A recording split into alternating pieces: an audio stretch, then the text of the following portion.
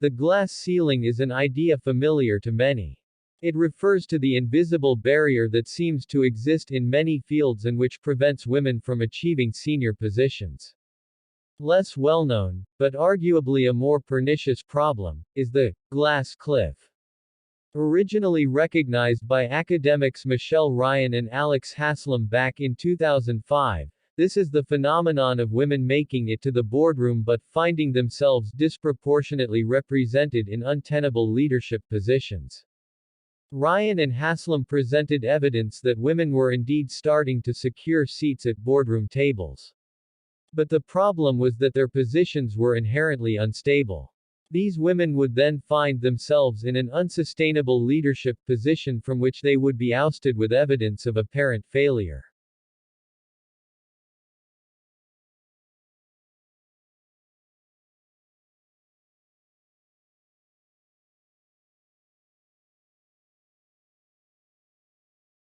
There's a generation that has grown up reading Yelp reviews, reading Amazon reviews, making their consumption choices based on what strangers on a digital platform say.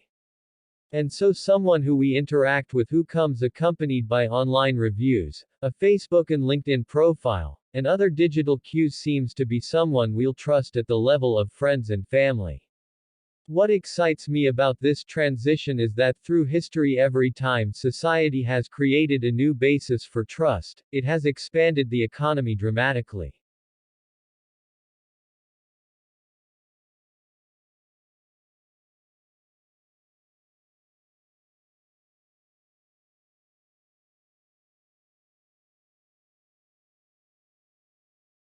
One way of preventing accidents is to put drugs in closed boxes.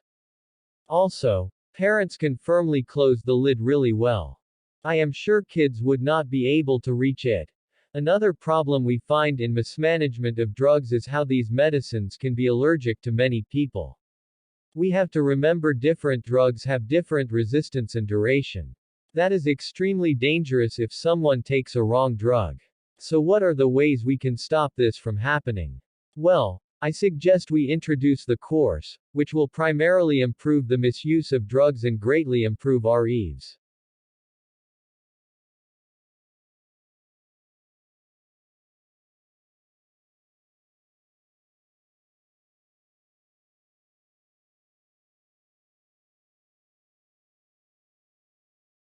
Migrants make an enormous contribution to Australia's economy and provide an estimated fiscal benefit of over $10 billion in their first 10 years of settlement.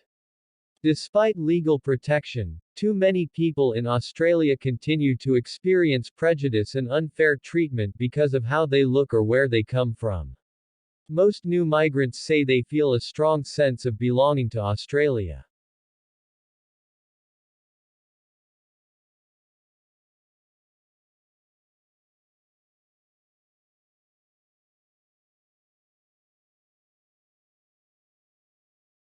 Every time you inhale, oxygen passes from your windpipe to your lungs and on into your bloodstream. But what if your windpipe was blocked? Getting the gas straight to your blood could save your life. Wait, put down that syringe. A large air bubble in a blood vessel can kill you. But what if the bubbles were only a few millionths of a meter in diameter? Researchers coated tiny amounts of oxygen gas with fatty molecules to create microparticles. Suspended in solution, the microparticles formed a foam containing 50 to 90% oxygen. In a beaker of blood, the foam was able to quickly transfer its oxygen to the cells. Then the researchers tested it in animals. Normally, a blocked windpipe cuts off the blood's supply of oxygen, leading to brain damage and death. But when rabbits with blocked windpipes received injections of the microparticles, their blood oxygen levels and heart rates remained stable. The work is in the journal Science Translational Medicine. The foam may someday buy time for human patients, so that even someone with a closed airway can breathe easy.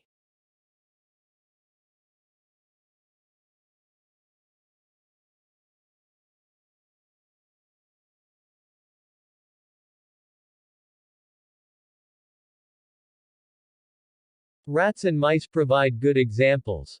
They have been transported by man to many parts of the world and now have a far wider range than any other rodent, and they can be found living in the cold climate of the Faroe Islands to the north through the tropical zones to the Falklands in the south. It is possible to see adaptation to any climate as a quality that is part of an inborn flexibility of the physical and mental constitution of most animals. Therefore, the ability to survive in the most different climates by both man and his domestic animals. And the fact that elephants once existed in an ice age while living species live in tropical areas, should not be seen as deviations from the rule, but as examples of this flexibility being brought into action under particular.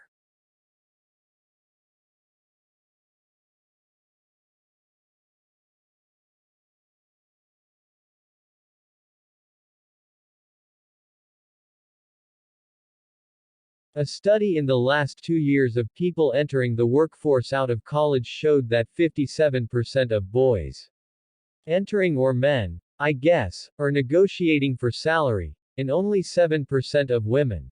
And most importantly, men attribute their success to themselves and women attribute it to other external factors.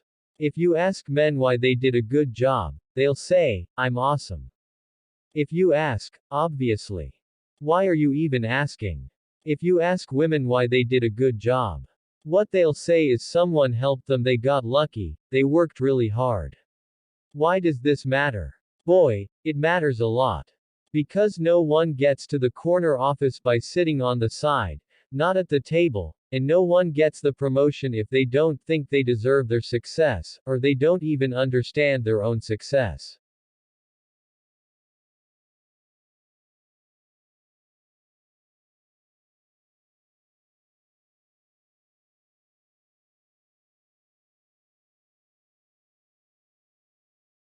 You can see this pattern playing out everywhere.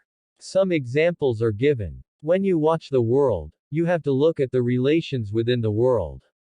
When you understand the world, a few things are in relation to each other. When you study different disciplines, they are related to one another. For example, if we study a family, culture, religion and politics need to be concerned. Without relation, we can't understand population changes. You should fit these disciplines into a larger picture.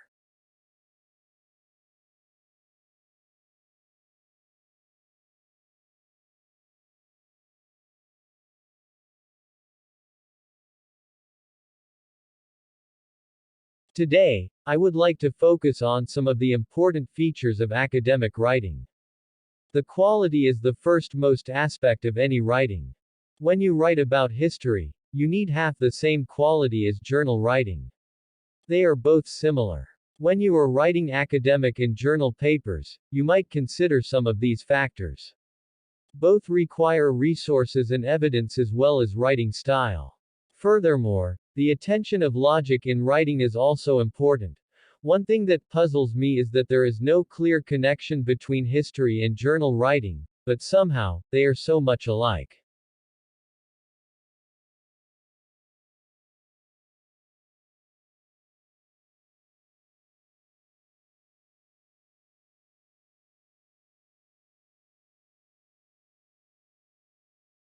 It is about 100 years since that great Canadian-born physician Sir William Osler, Regius Professor of Medicine in Oxford, complained about the increasing influence of the pharmaceutical industry on the medical profession. He would be turning in his grave at the way the industry now dominates doctors' prescribing habits. It does this not only by direct and indirect pressure on the doctors themselves, but also by encouraging the public to ask for scripts.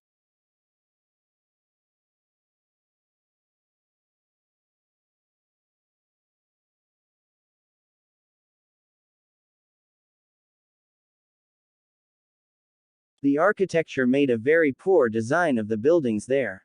This can cause a mood swing. An awful design of the building can have a negative influence on people's mood. If you want some beautiful designs, then you must visit Stanford and Frankfurt. They are good examples of the best architectural designs.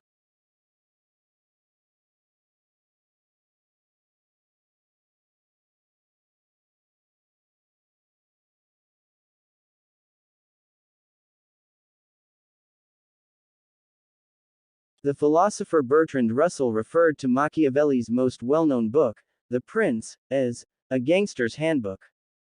And while there's no doubt that certain people have read and used it as such, I think that if we put it into the context of when it was written, which was Italy, especially Florence, in the 15th and 16th centuries, it will be easier to judge Machiavelli's reasons for writing it. Now, the Italy of that period was made up of a number of city-states, often at war with each other. Add to that threats from foreign powers, especially France, and it was a very unstable and dangerous situation.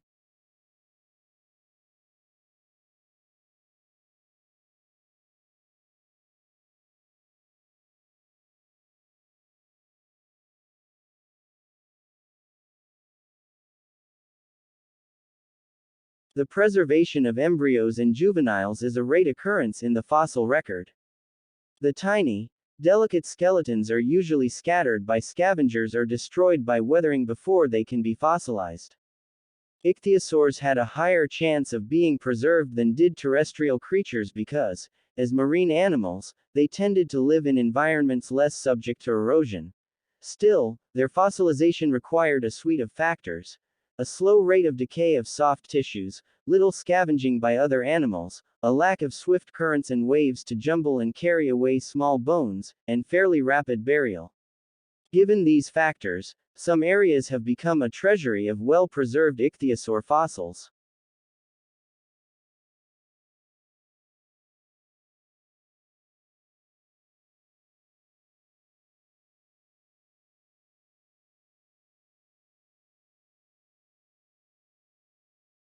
Some of the basic things that make people happy, and I will show you some of these: income, health, marital status, employment status. Some of these very basic things are remarkably consistent across countries across world. So that gives us some sense that these surveys are picking up consistent patterns. And when we know what consistent patterns are, we can look how other things that very much more affect people's well-being. The environment and equality, the nature's institution raging on living, and all kinds of other things that very much more.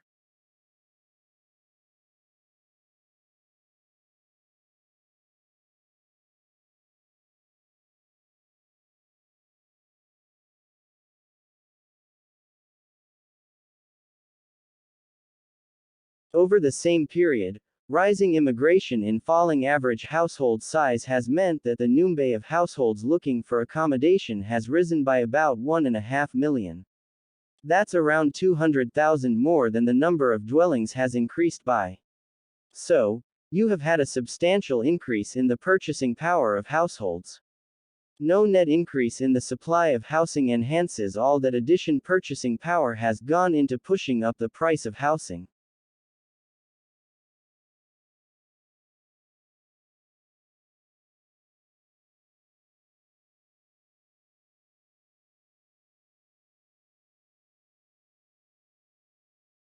Parents should know that leftover drugs are dangerous because they may be accidentally ingested by children. Either adults don't keep the bottles properly closed and stored, or because even many kids can sometimes open childproof lids.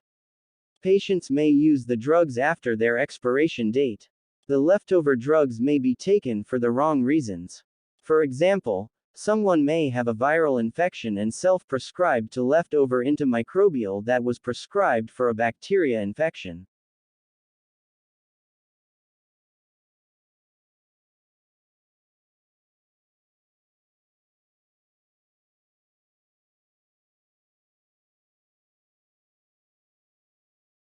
They are real and supported by good, strong scientific evidence, which is the only of these counts.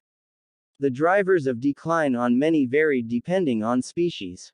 The effects of pollinator loss could be absolutely huge. So, is it a catastrophe? Not yet. But it could be. On the positive side, we are aware of the problem. Awareness is being raised all the time and people are taking actions. Before fixing is missing, you can recognize the problem. At least it's been done.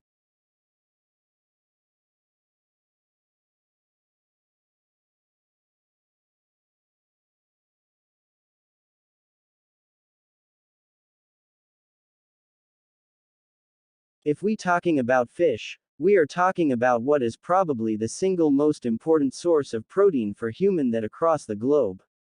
And, so, billions of, or more than a billion of people rely on fish as their primary source of animal protein, and most of these people living in poverty.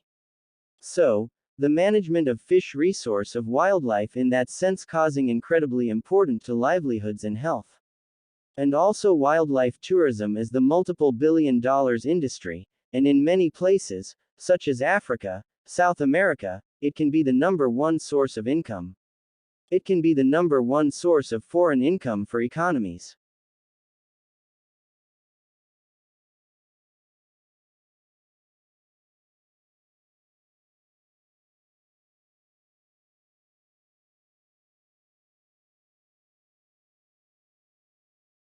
An economist sees the world basically through a typical microeconomic toolkit. That involves things like thinking at the margin, rationality, opportunity cost, trade offs. Economists, like any other discipline, rules, and its own way of seeing the world. So basically, economics, or economists in general, tend to apply microeconomic concepts like that to explain the way humans behave and to make predictions about the future.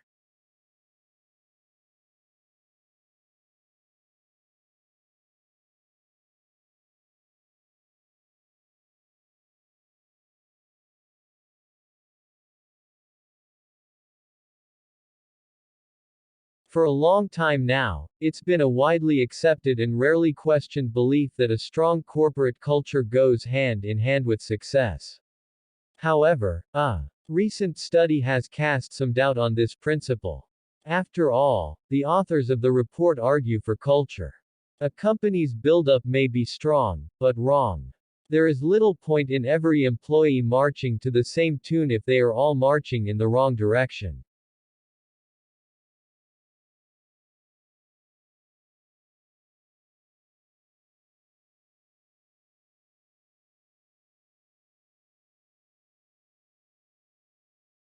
All around the world, significant parts of our cultural heritage are by pollution, neglect, carelessness, and greed. In learning the importance of our history, we come to understand the need to protect significant remains from the past so that future generations can come to understand their heritage.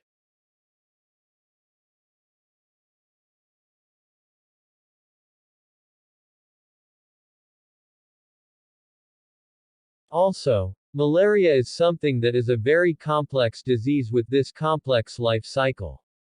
That means that if you're going to eliminate it, you have to be able to target cute parasites in humans. You have to be able to target parasites in the mosquitoes, that mosquito population. And so that requires a lot of resources. It requires really good planning and a health system across all these different levels. And so I think the political capital that you need for that, the educational infrastructure you need for that, the economic resources you need for that are quite a challenge.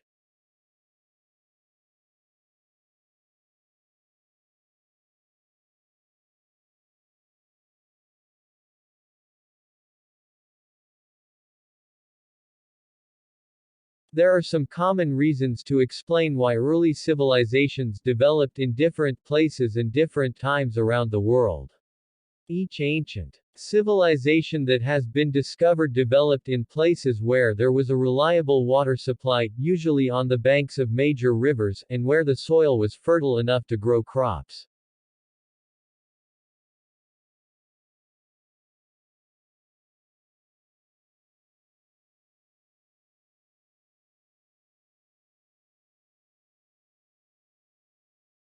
Historians can represent events that have happened in past centuries on a timeline, showing the four major periods of human history. A timeline is a good way to help us get history into perspective. It shows events from the past in a clear chronological order, that is, from the earliest to the latest event.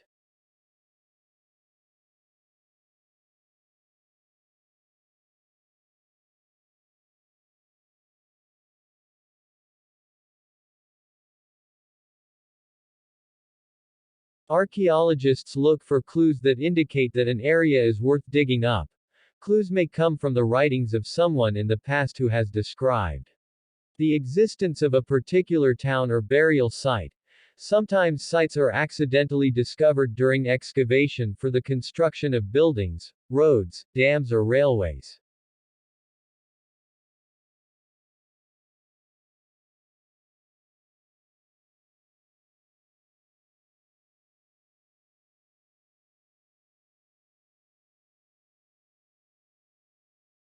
Mobile applications are using third-party data collection and advertising tools in order to monetize those applications.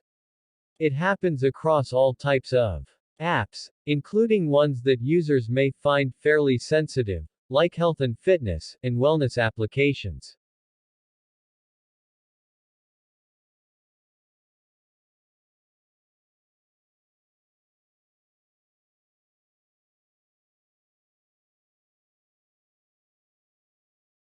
Ebola virus, the bacteria that causes plague, a pandemic strain of flu. If any of these pathogens could be turned into bioweapons by terrorists or rogue nation states, they would threaten humanity.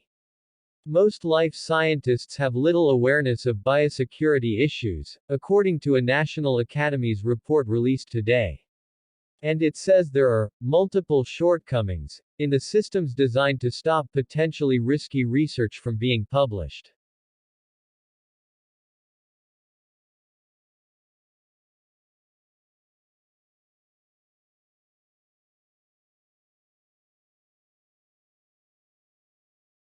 Popular ride-sharing firm Uber has had its license to operate in London revoked in a surprise move by the city's regulator. There were multiple reasons for the decision. TfL cited the company's approach to reporting criminal offences. In August, a senior officer within London's Metropolitan Police Service wrote to TfL about Uber's slowness to report a passenger's accusation that her driver had assaulted her. TfL said it was also concerned about how Uber obtained medical certificates and criminal records checks for drivers. The straw that broke the camel's back may have been the company's Greyball software, an internal application that Uber may have used to block regulators' oversight of the Uber app.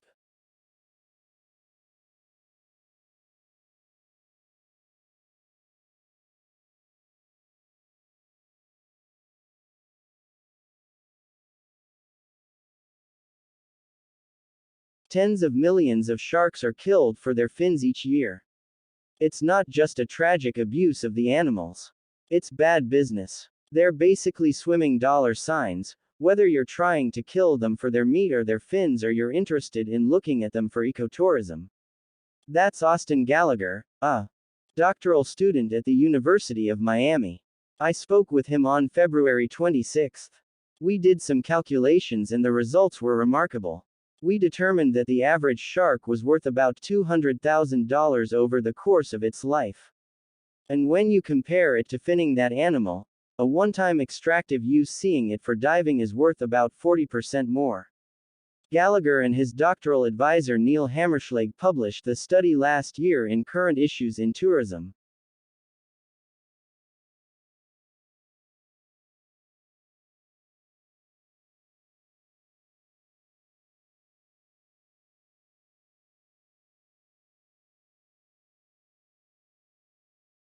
One of the things that people have said about agriculture is that on the whole it's more labor intensive than hunting and gathering, and that's one of the reasons why people have looked to explanations which, you might say, are kind of corrosive factors, that people have been forced into agriculture because they had no alternative. That is ultimately what may happen. But at the very beginning, it could be that agriculture was developed because people wanted special status foods for feasting, that it was actually a social need. I mean, how much of what we do in our lives is generated by competition with others?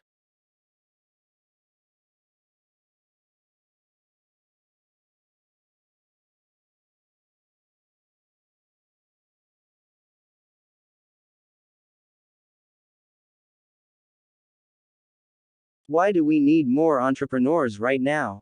The entrepreneurs who create and run our businesses, who play by the rules, are in fact critical to our success as a nation. We need them especially today. Business, not government, will end this recession. Government must help by creating fair rules, sound monetary policy, and by protecting our fellow citizens in periods.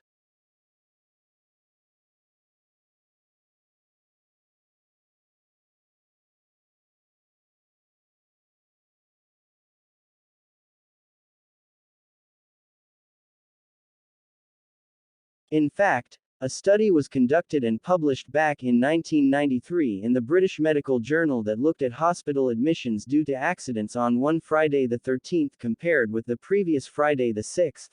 The researchers tracked traffic on a highway in one area and found that many fewer cars were on the road on the 13th.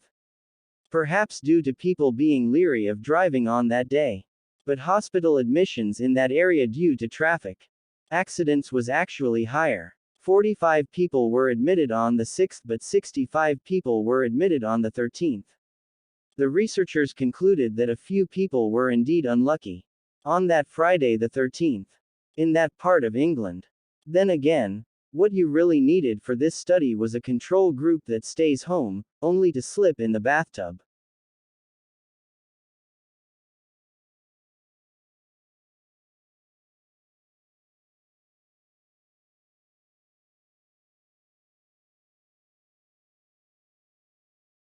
In animals, a movement is coordinated by a cluster of neurons in the spinal cord called the central contract pattern generator, CPG.